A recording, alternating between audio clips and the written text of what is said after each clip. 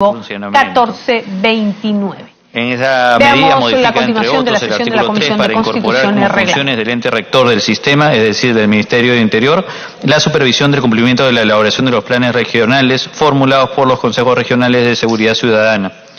Asimismo, modifica el artículo 5 para establecer que los titulares de las entidades que conforman el Consejo de Seguridad Ciudadana deben designar funcionarios encargados del cumplimiento de los compromisos sectoriales en materia de seguridad ciudadana. El informe concluye, Presidenta, que el decreto legislativo cumple con los requisitos establecidos en la Constitución y fue aprobado dentro de las leyes autoritativas. Presidenta, si usted considera conveniente, podríamos pasar a votación porque el otro sí incorpora una modificación. Bueno, teniendo en cuenta el informe del coordinador del grupo de trabajo, el congresista Miguel Torres, respecto al decreto legislativo 1454 y que además han sido aprobados por el grupo de trabajo, se va a someter a votación.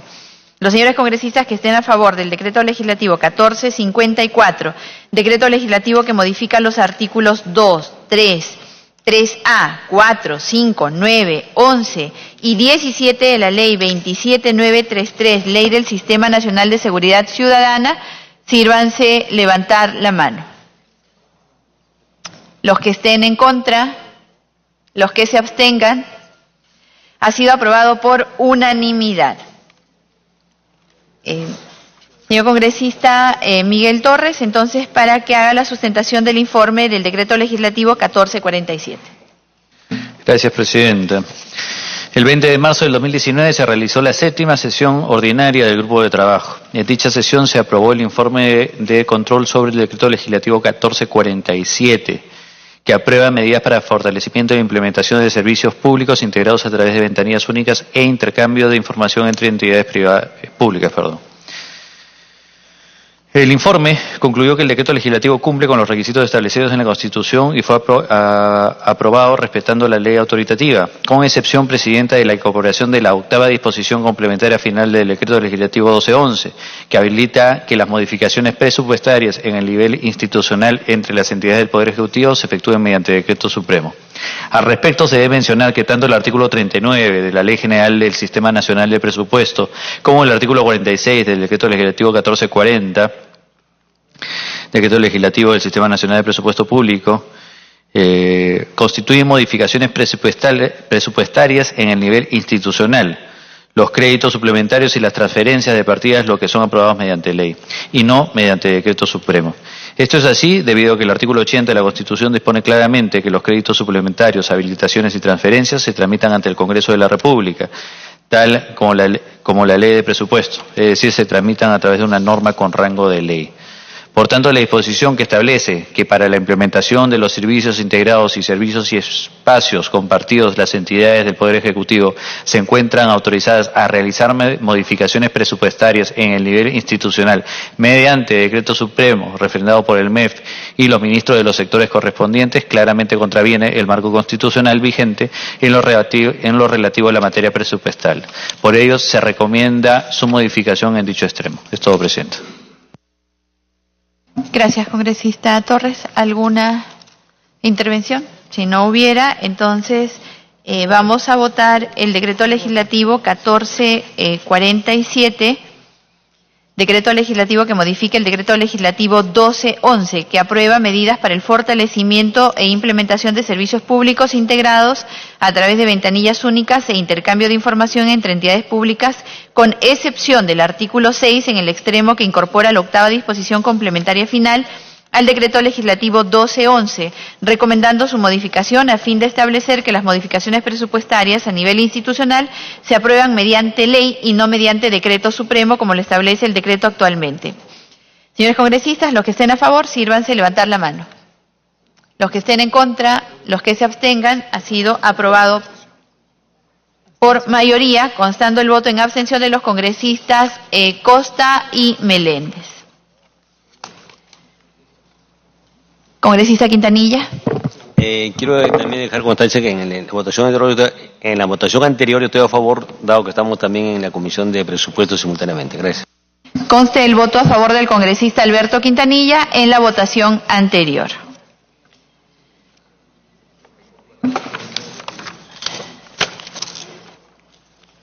Señores congresistas, en debate el predictamen recaído en el proyecto de ley 696 que propone eliminar el holograma en el documento nacional de identidad como constancia de sufragio. Señores congresistas, como siguiente punto en la agenda tenemos el debate del proyecto de ley 696 que propone eliminar el holograma en el documento nacional de identidad como constancia de sufragio. En ese sentido, se plantea la modificación del artículo 29 de la Ley 26.497, Ley Orgánica del RENIEC, y del literal C del artículo 390 de la Ley 26.859, Ley Orgánica de Elecciones. Teniendo en cuenta el desarrollo de las nuevas tecnologías de información y comunicaciones y la posibilidad de contar con la información sobre la omisión de sufragio a través de los portales institucionales de los organismos electorales, como el Jurado Nacional de Elecciones y la Oficina Nacional de Procesos Electorales, se acoge la iniciativa presentada, pues la prueba física de haber sufragado, materializada en el holograma que se coloca en el DNI, cae en desuso, toda vez que el acceso a los portales institucionales y a la consulta sobre la multa, como consecuencia de la omisión al sufragio, es perfectamente posible de ser realizada en línea y de manera gratuita. De otro lado, la realización de actos a nivel registral, notarial, civil, entre otros, no está supeditada a que el DNI tenga la constancia de sufragio. El holograma, tal como establece la Ley 28.859, ley que suprime las restricciones civiles, comerciales, administrativas y judiciales y reduce las multas en favor de los ciudadanos omisos al sufragio, publicada el 3 de agosto del 2006. De allí que no debiera requerirse y que el artículo 29 de la Ley Orgánica del RENIEC y el literal C del artículo 390 de la Ley Orgánica de Elecciones se contrapongan a la citada norma, motivo por el cual corresponde su derogación, dejándose a salvo la correspondiente a la sanción electoral por omisión al sufragio concordante a nivel legal y a lo dictaminado en el proyecto de ley 3656. En debate el proyecto de ley 696. A esto hay que añadir que hay un costo que el Estado asume por un holograma que cae por completo en desuso y que no tiene ninguna utilidad práctica en la actualidad. En debate el proyecto de ley 696. Al voto, señores congresistas, los que estén a favor de aprobar el proyecto de ley 696, sírvanse levantar la mano. Los que estén en contra, los que se abstengan, aprobado por unanimidad. Conste el voto a favor del congresista Javier Velázquez Quesquén.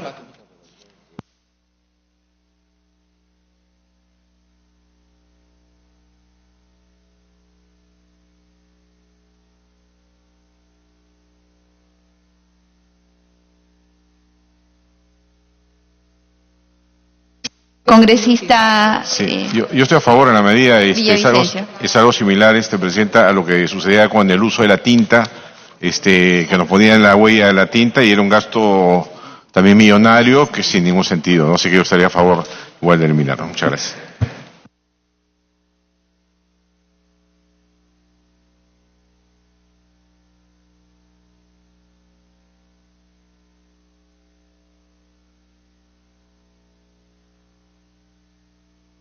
Señores congresistas, como siguiente punto de la agenda está la sustentación del proyecto de ley 3693, que es de mi iniciativa, así que voy a dejar la presidencia para congresista Glave. Hay un dictamen más, entiendo, de votación en la agenda, que es para los proyectos de ley 268 y 1670, sobre el tema de la cuota indígena. Ah, sí. Gracias. Sí, congresista Glave. Vamos a entrar a ese antes de la sustentación. Debate del predictamen recaído en los proyectos de ley 268, 1670 y 2098 que proponen fortalecer la participación política de los pueblos indígenas u originarios en las elecciones regionales. Señores congresistas, como siguiente punto está el proyecto de ley 268 del congresista Horacio Pacori Mamani, el proyecto de ley 1670 de la congresista Tania Pariona Tarqui y el proyecto de ley 2098 del Jurado Nacional de Elecciones. Este proyectos proponen modificar los numerales 2 y 3 del artículo 8 de la ley 27683 Ley de Elecciones Regionales con el objeto de fortalecer la participación política de los pueblos indígenas u originarios en las elecciones regionales, teniendo en cuenta que en el caso peruano y a nivel de derechos políticos, una de las poblaciones que ha sido objeto de medidas afirmativas es la correspondiente a comunidades nativas, campesinas y de pueblos originarios cuyo acceso a la participación es promovido a través de la existencia de una cuota del 15% a nivel de presentación de listas de candidaturas en el marco de la elección de cargos por voluntad popular y existiendo las condiciones para maximizar el mandato constitucional contenido en el artículo 191 de la Constitución Política del Estado, de hacer accesible la representación de estas poblaciones en los consejos regionales, se consideran pertinentes los proyectos bajo análisis.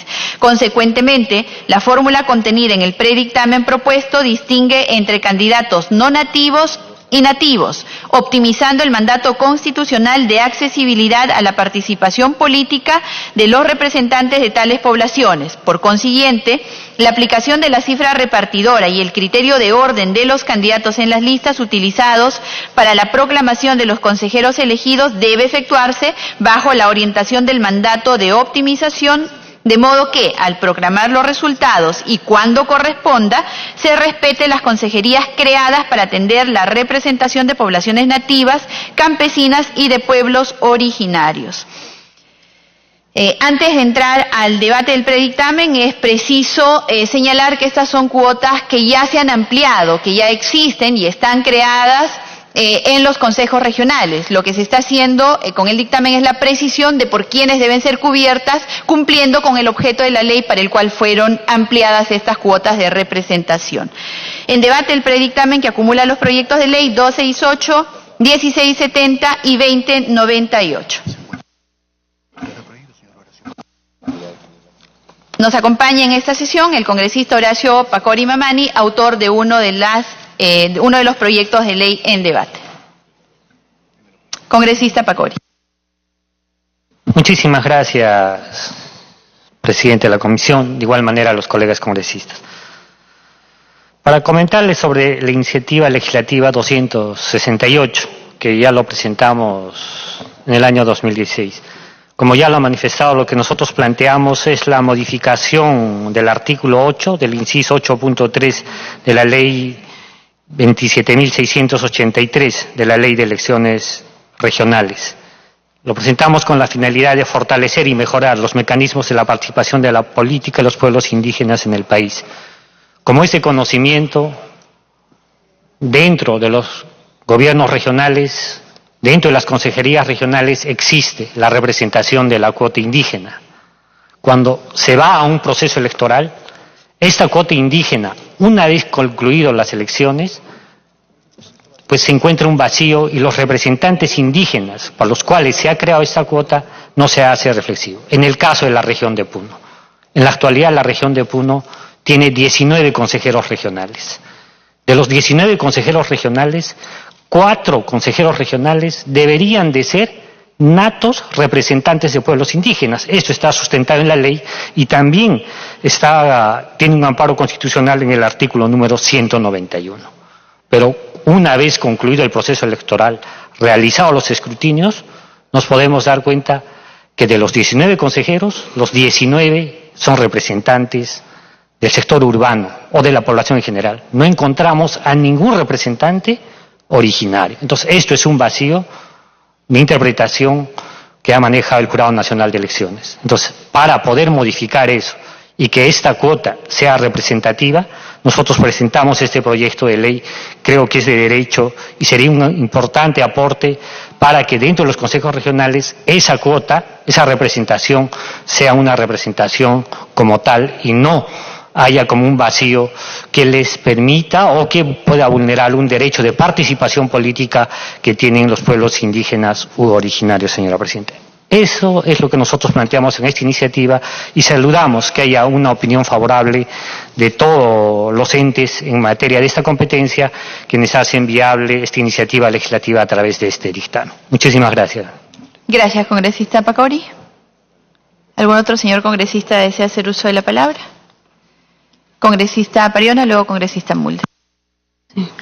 Gracias, Presidenta. Yo saludo que la Comisión haya puesto en agenda este tema, que es de suma importancia para los pueblos indígenas. Nuestra propuesta de ley va en la línea que planteó el congresista Pacori también en su proyecto de ley, porque de lo que se trata es que la cuota sea efectiva. Y lo que ocurre es que a la luz, además del último proceso electoral del año 2018, es que la cuota no se aplica en primer lugar de manera correcta, porque los distintos movimientos políticos regionales terminan incluyendo a los indígenas en ubicaciones poco expectantes. Entonces, los ubican en la última fila o para simplemente cumplir como un mecanismo de requisito, pero no les aseguran, por supuesto, una elección efectiva. El 15% en buena cuenta es una persona. Y una persona dentro de la lista para, en este caso, de gobierno regional, para consejerías regionales. Y entonces, esto, además, aplicando la cifra repartidora, terminan siendo los indígenas excluidos incluso de las zonas donde les debería corresponder una representación indígena. Y el caso Puno es clarísimo. Además, Puno, teniendo más del 80% de población indígena, quechua y aymara, o sea, es la verdad, es algo que deberíamos corregir. Y justamente el proyecto de ley lo que plantea es una cifra repartidora diferenciada para que esta cuota de 15% sea no solo un intento de inclusión a los indígenas, sino sea realmente efectiva. Esta iniciativa también ha sido una propuesta trabajada por el Jurado Nacional de Elecciones junto con los pueblos indígenas, y de hecho la Comisión de Pueblos Andinos y Amazónicos, del cual yo soy parte, el año pasado fuimos partícipe de este proceso. Es una propuesta consensuada, debatida, analizada. Hemos tenido la oportunidad de escuchar incluso algunos otros mecanismos de participación indígena en América Latina, el caso boliviano, ecuatoriano, colombiano, argentino, y la verdad es que el Perú siempre estamos muy detrás de ellos. Ya en México se aplica, por ejemplo, circunscripciones electorales indígenas, y en realidad eso es una de las apuestas que tenemos como pueblo originario a nivel nacional. Sin embargo, tratándose de un mecanismo legal ya existente y además sabiendo que hay procesos electorales que devienen en adelante, necesitamos que esta cuota del 15% realmente garantice la participación política de los pueblos indígenas. En ese sentido, Presidenta, nuestra propuesta también plantea la modificatoria en los artículos 8.2, 8.3 de la Ley 27683 de elecciones regionales.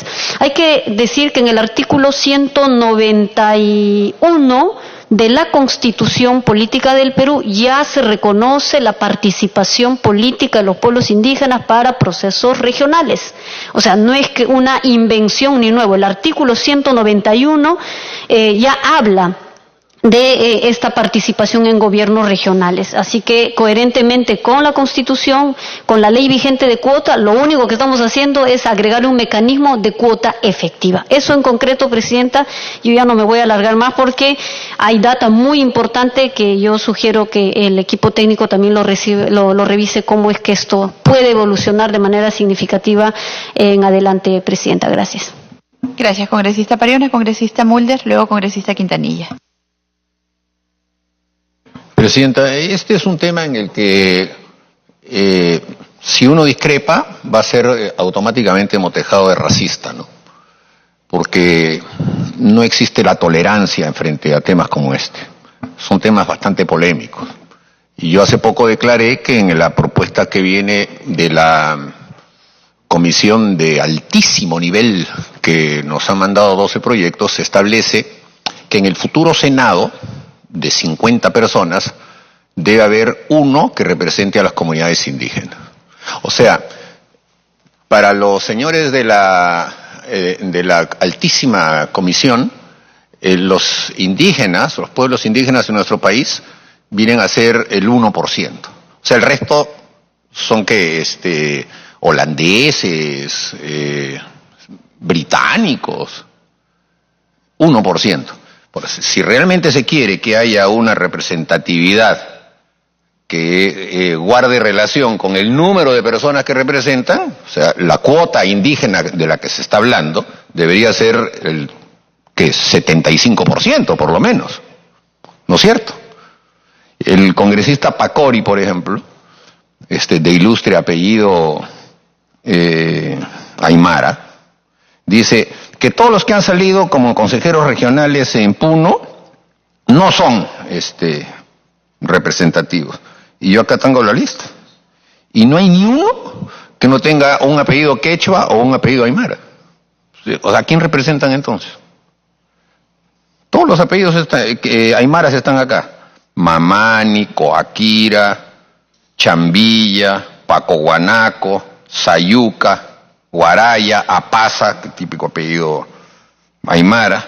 Casi ninguno tiene apellido español. ¿No representan ellos a su pueblo? ¿No es esa la composición étnica de Puno? ¿Por qué crear una cuota adicional si ya prácticamente tienen el 100%? Esa es la parte que yo no puedo entender. Y yo no la puedo entender porque quizá en eso sí sea yo muy tradicional. Yo creo que las representaciones políticas son políticas. O sea, ¿qué cosa es política? Lo que define a una persona en función de una determinada idea y que esa idea lleva a que haya otras personas que tengan concordancia con esa idea y voten por esa persona. Es decir, se sientan identificados con lo que la persona dice y hace. Y por lo tanto votan por ella para que esté en un ámbito político en donde ¿qué cosas se discuten? Ideas políticas. Esa es la política. Entonces yo me formaba así desde que tengo 15 años, en el debate político. El debate antropológico dentro de la política ya lleva pues a distorsiones. Y lleva distorsiones que en la práctica después terminan siendo, a mi modo de ver, antidemocráticas. Le pongo el ejemplo. En las elecciones que tienen que ver con el departamento de Pasco, allí se establece que tiene que haber representantes, porque en las elecciones regionales se aplica ya la cuota, tiene que haber un representante de comunidades indígenas, uno de los 3, porque Pasco tiene solo 3 provincias. Entonces la provincia de Oxapampa, que es la única provincia en donde hay comunidades nativas, el candidato siempre debe ser de la comunidad nativa, porque se tiene que cumplir con la cuota. Pero como las comunidades nativas dentro de la provincia de Oxapampa son el 12%, entonces ¿qué han inventado? Adoptan a muchos, por ejemplo, que son del Posuso y que tienen apellidos alemanes, los adoptan de una comunidad, les dan un certificado, que es media, digamos, un pago, entonces lo consideran como tal y el Jurado Nacional de Elecciones se lo acepta. Se hacen esas cosas muy típicas del país. Eso es porque se ponen cuotas. Las cuotas no deberían existir, debería ser absolutamente abierto. Si un partido político quiere poner al 100% de su lista de representantes de comunidades campesinas, lo puede hacer, porque tiene que haber una cuota. A mí me parece que en ese sentido la discusión al contrario llevaría a considerar que al establecer cuotas estamos discriminando. Yo estoy seguro que la congresista Pariona, cuyo ilustre apellido quechua todos aquí valoramos, es representante de las comunidades campesinas, ella lo es. Y no necesitó cuota. Lo que hizo falta fue que su partido la ponga de candidata. Y como tiene liderazgo, salió elegida. Bueno, han podido hacerlo con todos los candidatos. Porque tenían que solamente escoger para comprar la cuota. Los demás somos los occidentales que nos agarramos los demás puestos. O nos agarramos la conducción del partido. Entonces, Presidenta, yo creo que la presencia de la agenda de las comunidades nativas y originarias es lo que debe motivar a que los partidos políticos pongan representantes de las comunidades nativas y originarias en las listas, pero no basado en cuotas. Porque la cuota, Presidenta, entonces alude ya a un tema de una supuesta identificación que no es política. Es decir, identificación de piel o de cultura. Y eso en otros países termina siendo ya parte de caricaturizaciones, como está sucediendo específicamente en países en donde las comunidades nativas sí son absolutamente minoría, como los que se han mencionado, ¿no? Argentina. En Chile no es una minoría muy pequeña, es una minoría, digamos, grande, y que tienen un peso, sobre todo en el sur, pero en la mayoría de los países en donde aniquilaron, o sea, y en los que se consagró el genocidio contra los pueblos originarios, hay pequeñas minorías y entonces, claro, se justifica una valorización, pero en nuestro país, o en Bolivia, o en el Ecuador, o en el mismo México, hablar de cuotas cuando toda la población tiene sangre originaria, entonces a mí me parece que lleva las cosas a una distorsión que está motivada por algunos conceptos que más bien son europeos o norteamericanos a través de organizaciones no gubernamentales que promueven este tipo de cosas, un poco como para que ellos, esos grupos, limpien sus conciencias de la herencia genocida de sus padres. Y entonces a veces nos imponen ese tipo de agenda a nosotros que tenemos realidades distintas. Gracias. Gracias, congresista Mulder. Congresista Quintanilla, siempre para dejar claro que no se está creando con este proyecto una cuota. La cuota del 15% ya está establecida y no es para todo el país, solamente es para regiones como Puno, Ancash o aquellas que tienen demográficamente una composición campesina o nativa. Lo que se está haciendo es que aquellos lugares en los cuales ya se ha ampliado la participación y se han creado espacios, estos sean cubiertos por quienes fueron, de acuerdo al espíritu de la norma, dispuestos en su ampliación. Congresista Quintanilla. Brevemente, por razón de tiempo, yo quería señalar lo siguiente. Esta efectivamente es una discriminación, pero es una discriminación positiva, y todas las discriminaciones positivas deben ser temporales hasta que la realidad que la promovió realmente haya sido superada. Entonces, aquí hay discriminaciones, por ejemplo, a la mujer. La mujer es el 50% de la sociedad, indudable, pero la representación política en el país hace que no llegue en el Congreso a más de un 30% en el mejor de los casos. A nivel de gobernadores regionales hoy no hay ninguna mujer, y a nivel de la presidencia de la República todavía nunca ha habido en la historia peruana republicana una presidenta mujer. En segundo lugar, lo mismo ocurre también con las discriminaciones a los indígenas y las discriminaciones a los jóvenes o la necesidad de la renovación. En segundo lugar, nosotros tenemos en Puno la experiencia de haber postulado varias veces como listas al gobierno regional, y resulta que en el formulario de inscripción se pone la cuota del indígena y va en segundo lugar. Y en el momento de hacer la rifa repartidora nunca ha habido, no solo en este proceso electoral último, sino en los 4 o 5 anteriores, la posibilidad de que esa cuota de los indígenas sea reelegida, porque siempre se decía que iba primero la posibilidad del candidato genérico y luego el candidato por la cuota.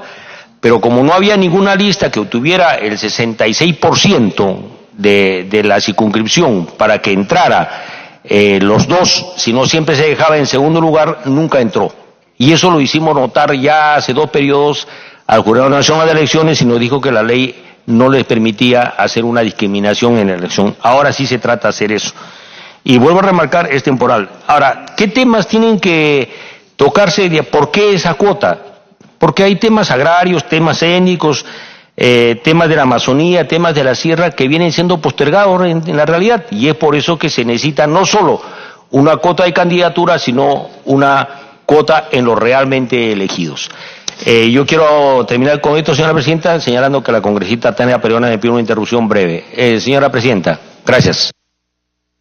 Congresista Periona. Sí, gracias, presidenta. Usted lo aclaró muy bien. No está en discusión si se debe crear o no las cuotas. El mecanismo ya existe y lo que proponemos es mejorar este mecanismo. Ese es un primer punto que hay que aclararlo. Efectivamente, en los pueblos indígenas necesitamos una mayor inclusión dentro de los propios partidos políticos. No recurriríamos a las cuotas, no habría necesidad de hacerlo si es que tuviéramos partidos políticos democráticos, interculturales e inclusivos, cosa que no existe, Presidenta.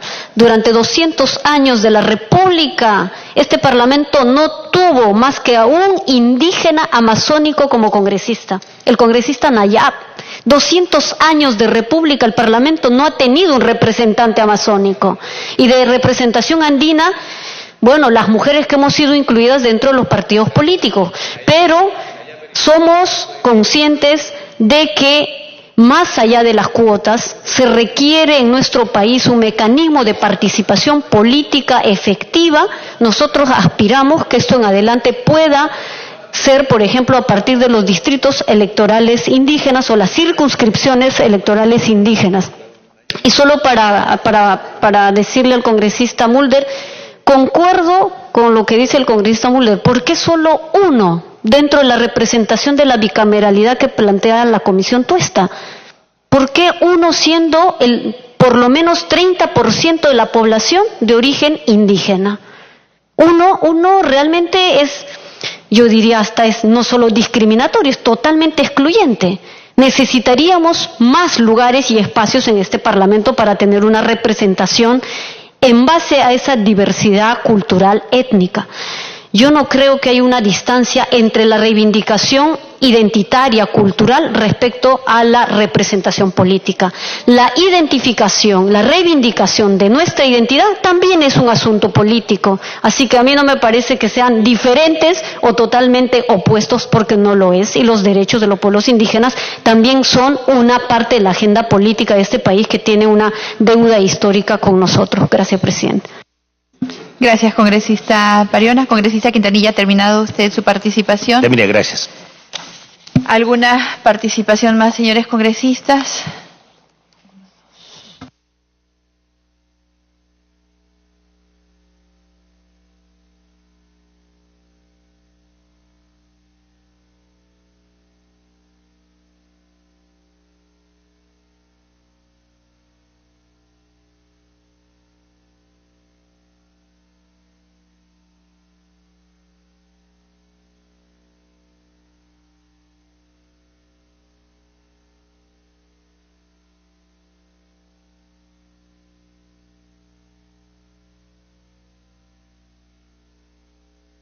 ¿Vas a votar o no vas a votar en contra?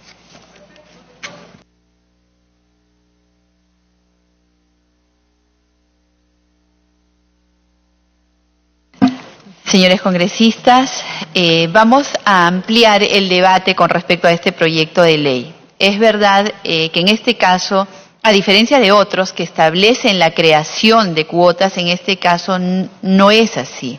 No es así.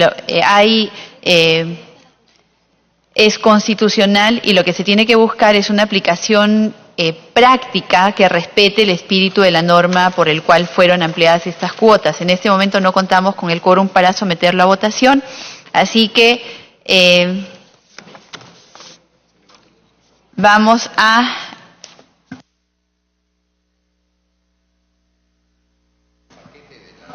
Y, señores congresistas, antes que se retiren, quiero informarles a ustedes que ya hicimos la separación por capítulos y títulos del Código Electoral.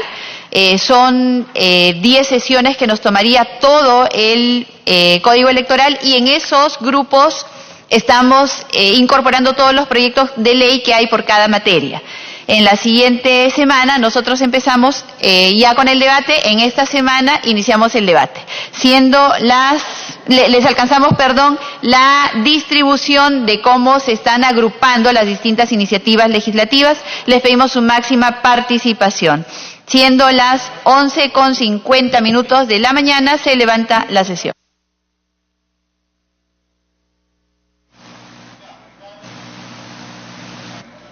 Bien, de esta manera culminó entonces la sesión de la Comisión de Constitución y Reglamento tras precisamente debatir y aprobar varias propuestas de ley. Hay que señalar que una de ellas se refiere a la eliminación del holograma del Documento Nacional de Identidad como constancia de sufragio. Además, también fueron debatidas otras iniciativas, la propuesta de fortalecer la participación política de los pueblos indígenas u originarios en las elecciones regionales. Por otro lado, se recibió a la ministra del Ambiente, quien también participó en el debate en torno a la propuesta de derogar el decreto legislativo 1429, a través del cual se actualiza y fortalece la gestión institucional de los órganos colegiados del Instituto de Investigaciones Amazónicas de la Amazonía peruana, IAP, entre otros aspectos. Nosotros nos vamos a trasladar a esta hora ya de la mañana, 11:52, hasta el hemiciclo Raúl Porras Barrenechea.